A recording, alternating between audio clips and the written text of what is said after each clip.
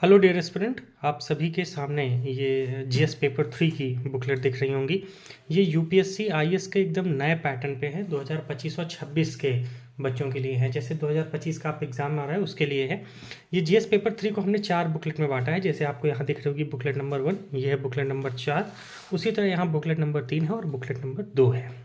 देखिए एग्जैक्टली क्या है, जो यूपीएससी का सिलेबस है वो पूरा यूनिट वाइज डिवाइड है। तो हमने भी उसी तरह, जैसे मैं आपको बुकलेट नंबर 1 दिखाऊं तो यहाँ पे सबसे अच्छी बात यह है कि हिंदी और इंग्लिश दोनों में मिलेगा, तो परेशान होने की बिल्कुल बात नहीं है।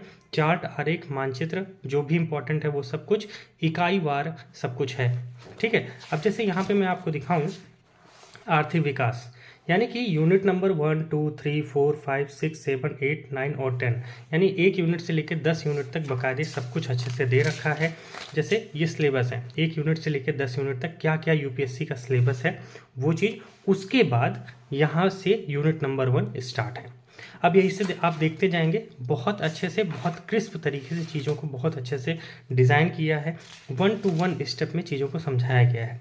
इसी तरह जब आप आगे जाएंगे, जैसे यहाँ पे यूनिट नंबर 4 स्टार्ट हुई है, मुख्य फसलें, है ना। ये सब चीज़ें यूपीएससी में बहुत प्रॉब्लम खड़ी कर देती है अगर आपको सही से चीज़ें नहीं पता हो, कंसाइज नोट्स नहीं है।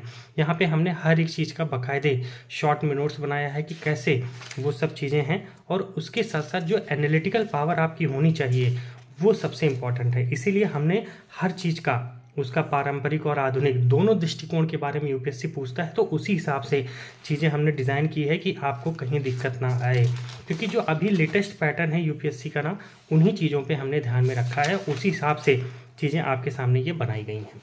ठीक है। चलिए, ये रही बात बुकलेट नंबर 1 की। अगर बुकलेट नंबर 4 की बात करें सेम उसी तरह, तो यहाँ पे आप देख रहे होंगे यूनिट नंबर 15 से लेके 20 तक, यानी कि इसमें 2 चीज़ होगा।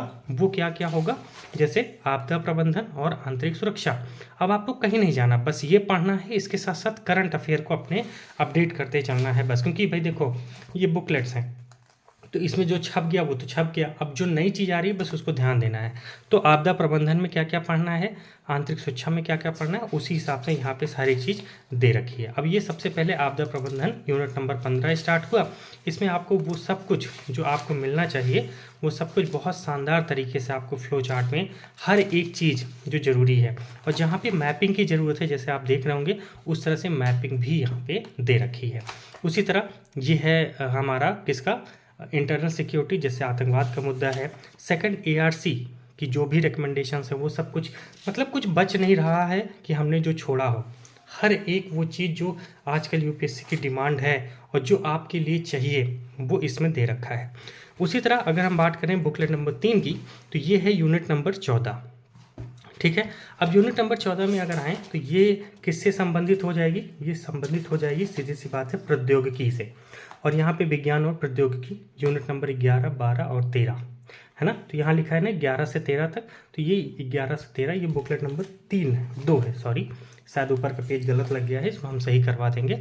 तो 11, 12 और 13 है ना। अब इसी तरह यहाँ अगर आप जाएंगे तो सेम चीज़ें आपको बेस्ट पैटर्न में एकदम, जैसे कि विकास और प्रौद्योगिकी विकास और उसके अनुप्रयोग रोज़मर्रा की ज़िंदगी में वो कैसे काम कर रहे हैं, वो सब चीज़ें आपको यहाँ पे देखने वाली मिलने वाली हैं।